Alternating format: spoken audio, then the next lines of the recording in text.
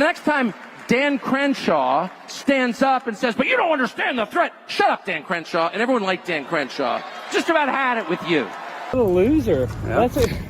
Who's trying to grab my thing? Well, I'll help you. Put a period after the word Jesus and don't question my faith. Wow.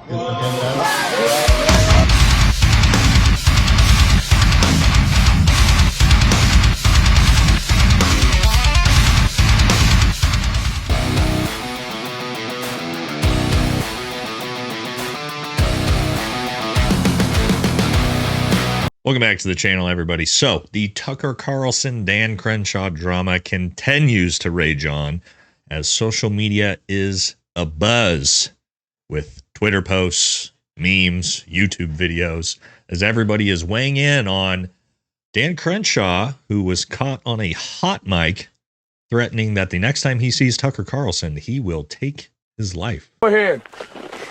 Tell you what, we could have had a good life together. Fucking real good life. Had us a place of our own. But you didn't want it, Ennis. Whew. Wild stuff, guys. Now, Tucker Carlson has officially put out a response over on the Tucker Carlson network. And it's not just your normal statement of a response. What Tucker decided to do was to essentially put out a 12-minute montage video of all the times he's talked trash about Dan Crenshaw. That's been his response. So that's what we're going to check out in this video today. We're going to see Tucker's response. And then we're also just going to take a trip down memory lane and just see why. What makes this guy so unlikable, right? Why does Tucker hate this guy? Why do so many people seem to really dislike Dan Crenshaw? So we're going to watch a bunch of videos that sort of explain that. Now, don't forget to like, comment, subscribe. Definitely helps the video. And let's jump right into this and look at Tucker's montage response.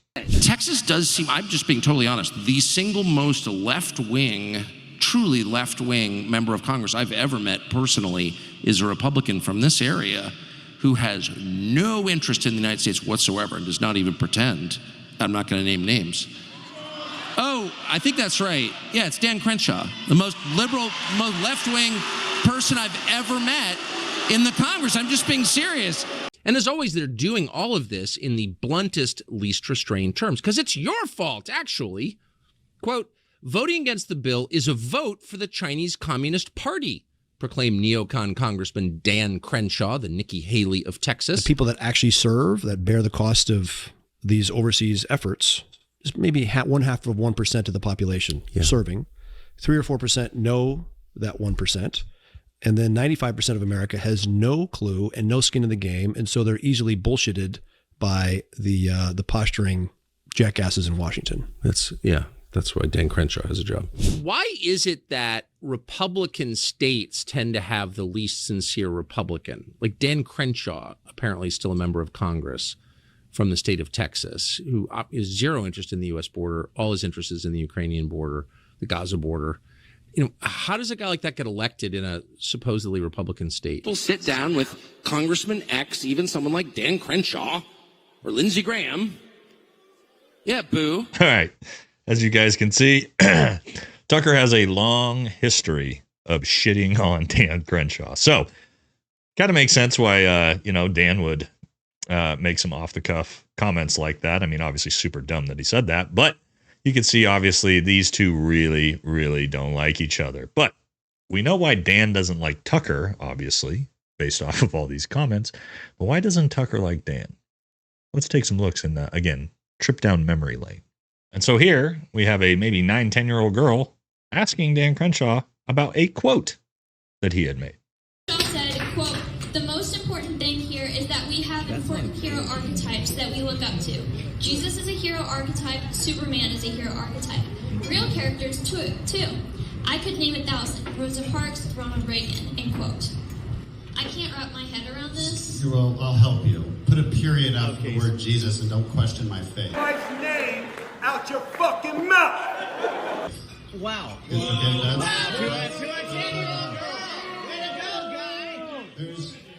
You moron. What? Yeah, you don't talk to a kid like that. Yeah, boom. Don't question my faith. Yeah, don't question Dan's faith, 9-year-old girl. Could you imagine talking to a little girl like that as a grown man? God. All right, but we got more, and you guys are going to love this one. Dan, you're just such a little loser. Yeah. Let's try to grab my thing. Look, you're too slow. He's too slow, Navy SEAL. It's funny, Dan, how you said you're tall. I'm small, but I'm so much taller than you, Dan. I'm so much bigger than you. You're just you're a little sad little boy. I'm the little one. This is, yeah, imagine me calling you out because you're a globalist. That's a good one, but we can't forget, Dan loves to pound his fist on the table about how he doesn't have any money. He can't survive on his paycheck from Congress. Let's take a watch. Would you vote for a ban on Congress members trading stocks? This is one of those stupid things that I've been dragged through the mud on because Jesse Waters had basically insinuated that I was insider trading. What I vote for? Yeah, sure. Who cares? Who cares?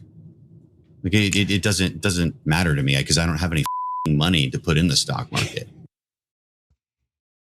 There you go. You didn't have any money to put in the stock market. We did check, guys, and we got to talk about this because in the last video I showed his Quiver net worth profile, and we saw he was worth about $1.56 million. And a lot of people let me know that's not correct.